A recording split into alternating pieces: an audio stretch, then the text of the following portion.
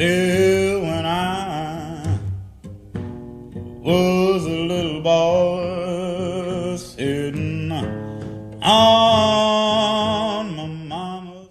Hello, welcome to Going Deeper. My name is Marcie Sclove, and today my guest is Dr. Jody Noe. Dr. Noe practices naturopathic medicine, specializing in oncology. She's also an ethnobotanist, focusing on the medicinal plants and ways of the Cherokee Nation, and also a traditional healer. She wrote the textbook Naturopathic Integrative Oncology, which provides an innovative model for cancer care that empowers patients to participate in their own healing process. I often describe her as an incredibly geeky scientist, as well as an intuitive medicine woman, a combination that is clearly unique. Thank you. This is a two-part interview. So first, let me welcome you, Dr. Noe. Thank you. I like that description. A geeky scientist. Yeah. A little Sherlock Holmes. Yeah, yeah, exactly. So I'd like to start by just kind of setting the stage with your early life. You were born in 1959 and grew up in Norfolk, Virginia, right? Partially. Okay. I was born there, and then 3 months later we moved to the West Coast. Oh my gosh. So for the 60s, I lived in California. Okay, okay. In the Bay Area, so in San Jose when it was still an orchard. Oh, wow. And I guess what I want to focus on in terms of the early life picture is what about your childhood and your early influences informed the work that you do today and the path that you're on today? That is a big question. Yeah. Well, I was born during this time for this time, and I came in knowing that, which is unusual.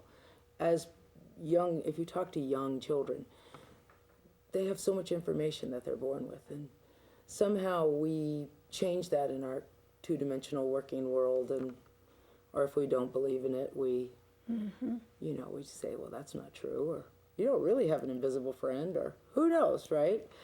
So I'm pretty strong-willed.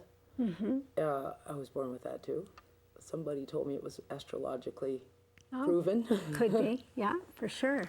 So I was, lucky enough to keep my gifts that I was born with, and had support from other adults in my family.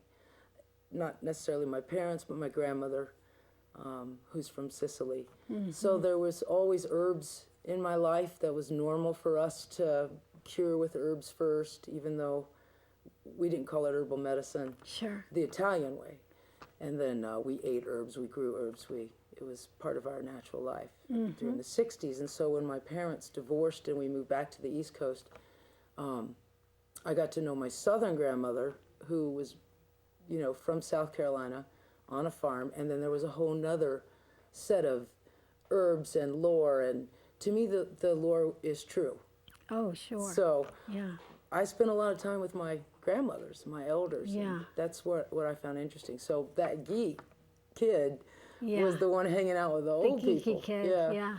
Because they had all the good stuff. They had all the good Right. stories and all the things I was interested in. And I talked fairly older than my age, and that allowed me to actually have communication with them.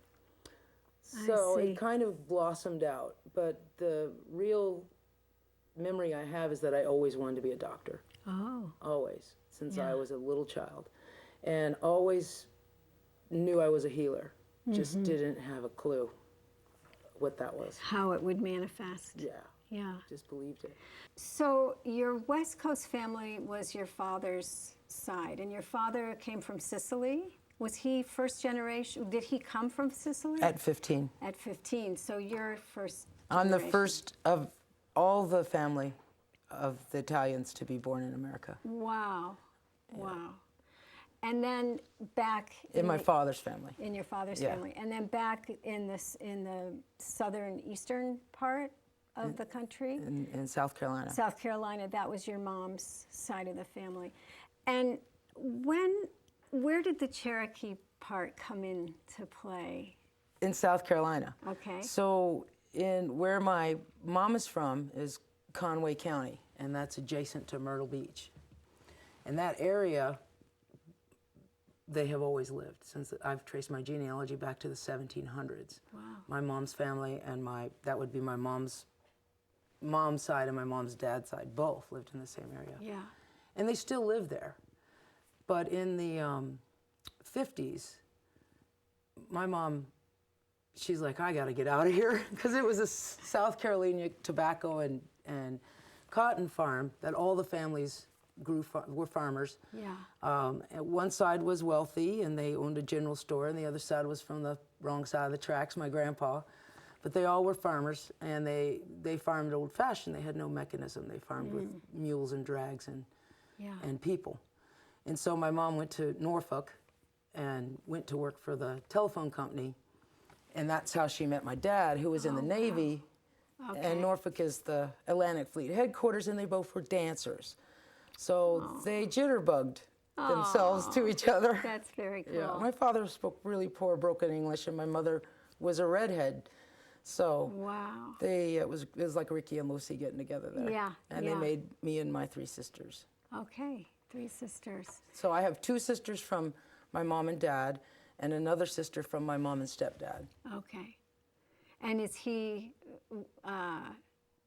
what's his piece of the picture? My stepdad? Yeah, was he an influential part? Oh yeah, they got married I think when I was 13.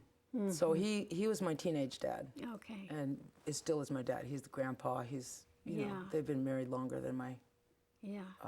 birth parents were married. And I read somewhere that you were at a family reunion, and it was at that reunion that you learned about your Cherokee heritage. That's right. You were a teenager? I was a teenager in the 70s. We came back in 70 from California. Yeah. So we didn't really know our southern family.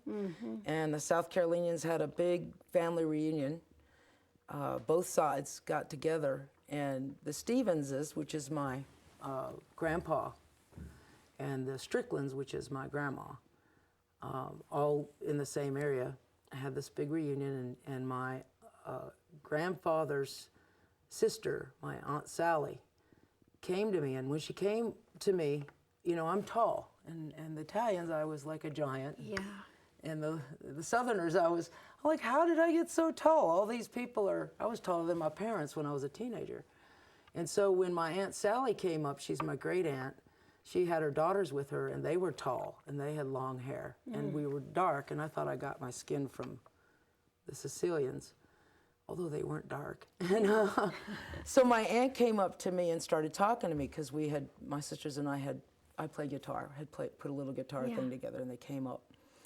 And she told me, kind of passively and secretly, only her daughters could hear, that we had Indian blood, and that it was, you know, buried. And that was 76, 77, so I was like 16 or 17. And then you asked your mom about it. And absolutely no She Indian denied blood, it. no way, no how. You know, there were poor farmers on the wrong side of the track, but come to find out in my genealogy when I did my roots, that side of the track was the Indian side of the track. Okay. So a lot of Indian families lived where my grandmother's dad So lived. how did that grow in you when here you are a teenager? Like, was that very cool to know that you had? It explained a lot, but then I looked at all of the adults, and I was pretty much a rebel all along.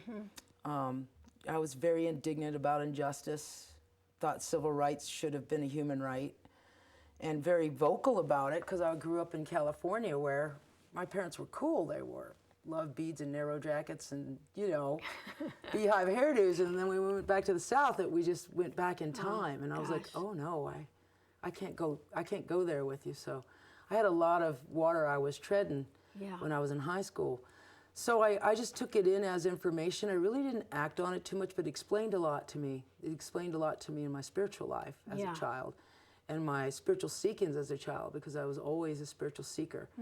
By the time I was 12, I was ordained in the fundamentalist church. Wow. So it was always what I was going after. So it explained a lot passively to me. It wasn't until I was in my training as a traditional medicine person, and they trained me as a white person, starting from ground zero. I walked behind 6-year-olds to start, to learn what they knew.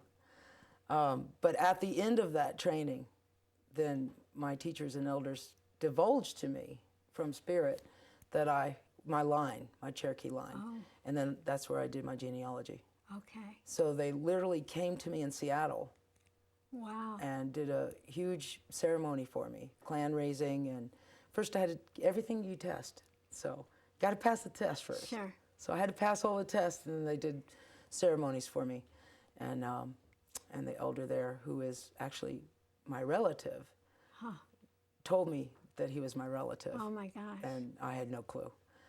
And that was at the end of it all. So did that come before or after the Western medicine training? Way after. Way after. And I also trained with the Eastern Cherokee, so I actually belong to both tribes.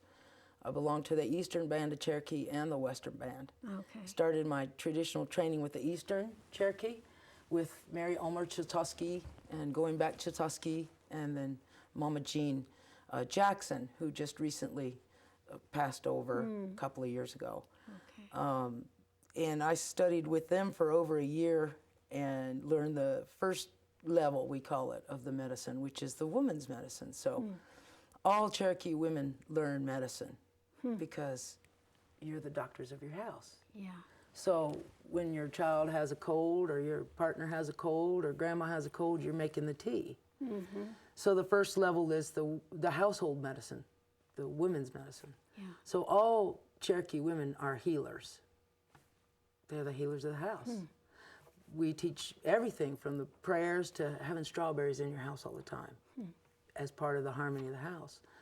And when I got through that level, I started asking the spiritual questions, because that's what I wanted, you know.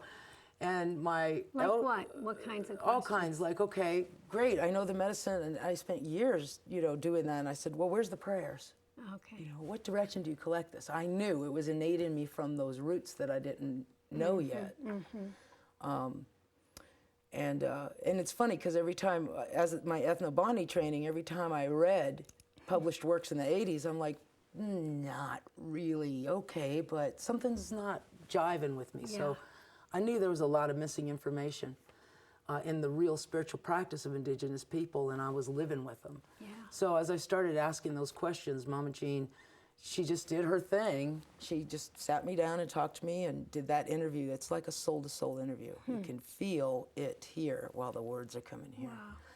And she then called my elder, who is still alive, Crosland Field Smith, who's currently the spiritual leader of the Cherokee Nation in Oklahoma. Yeah. And he got on the phone with me, and he did that same thing. And I'm like, 20-something, Yeah. And I'm like, yeah, I want to know, So I think my naivety and my strong will and my ability and faith and belief got me through places where other people wouldn't. Right. Because they did not recognize me as Native. They recognized me as white and trained me to think as a Native. Because I was never trained that way. Sure. So he told me right then and there, I'm standing in Cherokee, North Carolina, poor student, dovetailing my master's degree and my bachelor's degree at the same time, knowing that my time is fast, I gotta go. And he's telling me, all right, get in your car and come on out. Yeah. And I'm like, wow. So I call home, get all my friends to have a dinner at my farmhouse and do a fundraiser, and send me the money so I can get some gas to get to Oklahoma from North Carolina. And I went. Wow. And that first journey, I was supposed to be there on July 19th, which is the holiest of holy days for us, Katua. So my elder, Crosland Smith, is the grandson of Redbird Smith, in the Ketua tradition, and that's how I was trained in my traditional medicine from Crosland. And July 19th is Redbird Smith holiday, Redbird Smith birthday, so that's like their Christmas or for Christians. And I was supposed to be there, and you know, sometimes the path has to give you a little challenge to make sure that you know you're going the right way. I hit one of those Arkansas rainstorms, and I'm from the east. I'm like, oh, why is everybody pulling over? It's just rain. I'm in my Volkswagen 1962 Bug, hydroplane. Oh my gosh. To a couple of 360s hit the ditch. I'm like, what? Well, I surf, so I drive that way anyway, so it was all cool. And I said, oh, that's why people are pulled over. It's a real big rainstorm. Yeah. Crawled out of there, went to the gas station, pulled out my bumper, and got to Oklahoma. So I knew, I missed July 19th, but I knew that this was it was going to be challenging me. It's not going to be easy. It's going to be rewarding, but it's going to be challenging. All the things about me, you know, not only my soul, but my life, my concepts, my beliefs. You know, I was a good student. I was the student who always knew the answers. Yeah, that's how the geeky part gets. Yeah, and I was the one that they were like, does anybody else have an answer? So finally I learned to sit in the back of this class and be quiet. But, so it was, I knew at that moment it was worth the challenge. Wow. So I never gave up. Just like how I got to the Eastern Cherokee was another challenge. It was literally the spirit talking like an intercom in my ear and telling me what to do. Because, you know, I'm 20-something. I want to have a blast. I don't want to drop my life and quit DJing and all the cool things I was doing, bodybuilding, and go on the spiritual track. I'm like young and still hot, not old and wrinkled. But I did it, and you know, followed spirit right to the reservation and got shut down door after door. Wow. And finally, after being up almost 24 hours, because spirit burnt that path to me, I had to drive that night. I went to the bookstore there in Eastern Cherokee, and I said, well, maybe this is why I'm here. And I'm an avid reader, and I bought probably this stack of books with my rent money and put them up there. And the girl checking me out was like, oh, you like Cherokee plants, and you're into Cherokee medicine. I'm like, I just about cried. I was like, yes. And I drove 10 hours, and everybody shut their door. And they said, the BIA and the council house. And she just looked at me, and I told her my story, you know, very female-like. Yeah. Very emotional and warm, and, you know, spirit called me here, and she said, hold on. And she took this book, and she flipped it over. And she showed me the picture of this lady, and it was an elder lady. Yeah. And she said, that lady is my grandma. And the picture below that lady's picture is the woman who wrote this book, one of the best little books on Cherokee plant medicine. Paperback. Just went back in press. She said, her name's Mary Ulmer Chatosky. Now, my grandma passed over, but Mary Ulmer Chatosky's alive. I'm going to call her up. She called her up. Oh. She said, Mary, I got a young girl here who's looking to study Cherokee plant medicine. Mary said, put her on the phone. So she puts her on the phone. I feel that thing. Yeah. She says, you better drive up and come talk to me. And she was running a free book. She ran a free book giveaway for the reservation. And she was a teacher there for over 40 years. And so she ran a free book giveaway. I went up to her warehouse, and she sat me down, and I started giving out books. And she started asking me questions, you know, queer questions like, what's the difference between holistic spelled with a H and a WH? And I'm like, what? Okay, so well, maybe the one with a W is a hole. I don't know, you know. Maybe the one with the H is a hole. Maybe it's a hole and a hole. I guess I said the right answer, and I felt her the whole time, and she was the first one to take me in. Yeah. And her husband was one of the last full-bloods of the reservation and very well-respected artist and teacher. So it kind of blossomed from there. Yeah. But, yeah. So let's go now to the sort of more straight Western, but naturopath school isn't straight Western either. Well, it wasn't back then. It was back then. No, back then it was, what are you throwing your education away on? Because nobody knew in the 80s what a naturopath was. Yeah, yeah. And we were why fringe. didn't you want to go just to medical school? Well, that's another good question. It's like you've been reading my biography that I haven't written.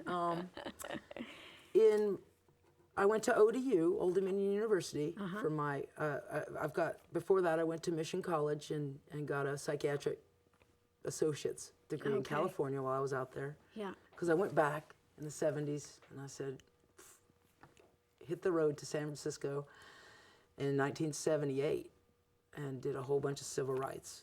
And that's another story. Okay. But when I came back, I was changed. And so I knew that it was time for me to start pursuing what I had been born to do, which is to be a healer and to be a doctor. So my first degree in California was psychiatric nursing. So I worked in a hospital, I did rotations, I worked in the state hospital with the duly diagnosed. And in those rotations, I just did not like the way MDs treated nurses. And you know, this was the 70s and the 80s, and so it was there wasn't PC anything, you know, there was no politically correctness. It didn't exist. So I was really turned off by the system, but I was like, no, you know, I'll go do something cool. I'll change it, you know. So I came back and I went to Old Dominion at 25, started my medical school career, and was a bodybuilder and into nutrition then, already doing herbs. Started herbal medicines, my study in herbal medicines with some bootleg Rosemary Gladstar. Yeah. So shout out to Rosemary. And what I knew from my Italian grandmother. And so in that culmination of my undergraduate degree, I did an independent studies bachelor's that was a pre-med with all the plant sciences I could put in there. Yeah. So I graduated with my bachelor's with 172 credits. Oh my gosh. Yeah, should have got another degree, but I was already melding my master's. But as I was doing my bachelor's, they didn't have computers back then. I was microfishing. That's how you search. That's right, I remember. And I was in the microfiche, and I was like, you know, there's got to be some college that has some kind of nutrition thing. And I found Bastyr. It was then John Bastyr College of Naturopathic Medicine and the National College in Oregon. There were only two. And I looked at their curriculum and I said, that's where I want to go. Yeah. But in the interim, I became one of the few ethnobotanists in the 80s that actually did academic work. And that's why ODU had me stay. They offered me to stay. They gave me a teaching job and gave me lots of stipend. I was the curator of the herbarium. I was the trailblazer for their preserve. I did lots to stay for the master's to finish my ethnobotany. So my ethnobotany pursuit started as an undergraduate and melded into my graduate. And in that time, Bastyr came out twice to get me to come to school, to get me to come to med school. And that's kind of how it culminated, because Eastern Virginia Medical School, which is my local medical school in Norfolk, also solicited me, and I went for an interview. And I was pretty much a hippie. I ran the co-op, lived in the warehouse, and moved to an organic farm in Dismal Swamp. So I dressed up as much as a hippie could on her moped and went to this interview, and they were very interested in me because of my high IQ and my grade point average and my ethnobotany pursuits. And that's why they asked me to come and interview. And as we were interviewing, I was interviewing with this 3-piece suit, and I was like, you know, I just stopped the interview. I said, you know, I don't think it's going to work out. And his jaw dropped, and he's like, what do you mean? You know, they were going to offer me a spread. And I was like, you know, how many nutrition classes do you offer? Yeah. And I had just taken back in the day, only the nursing classes had holistic classes. Yeah. So I took a bunch of nursing classes in holistic healing. Kubler-Ross's work was in nursing. Oh, wow. So I did all of that. So I did nutrition through the nursing, and I knew what I was asking. And I asked him, he said, well, we don't have any nutrition classes. And I said, well, there's the first problem. Right. And then the second problem is I'm going to probably stand up and argue a point in some organic chemistry, biochemistry class, and the professor's going to kick me out, and I'm going to get kicked out of the school anyway. So why don't I save us the trouble? And I'm going to go to the naturopathic school. And he just stood there, and I just walked out, and I felt so good. I bet. about that I decision. feel really good about it too. I was 20-something, you know. That's amazing. I had a lot of chutzpah, but Yeah. And then you told my mom, and she was like, "Oh my God, you just threw away your medical career. Yeah. Who knows what a naturopath is?" And Right. blah blah blah. And it wasn't until Charlie on Good Morning America Oh, in 1992, I was already in med school. yeah. Did a expose on naturopathic medicine, Wow. and my mother called me up that day, Oh. and she said, "Oh, is that what you're doing?" Oh. I said, 2 years now, Mom. That's amazing. So it melded because my traditional training in medicine is in layers with my naturopathic and with my oncology as a specialty. So when a patient's in front of me, they don't know it, but I'm using all of those Yeah. tools, Yeah. every tool I can, especially with oncology, Yeah.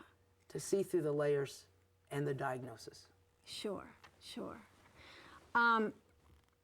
What I'd like to do in part 2 is get more into the sort of specifics of the work, and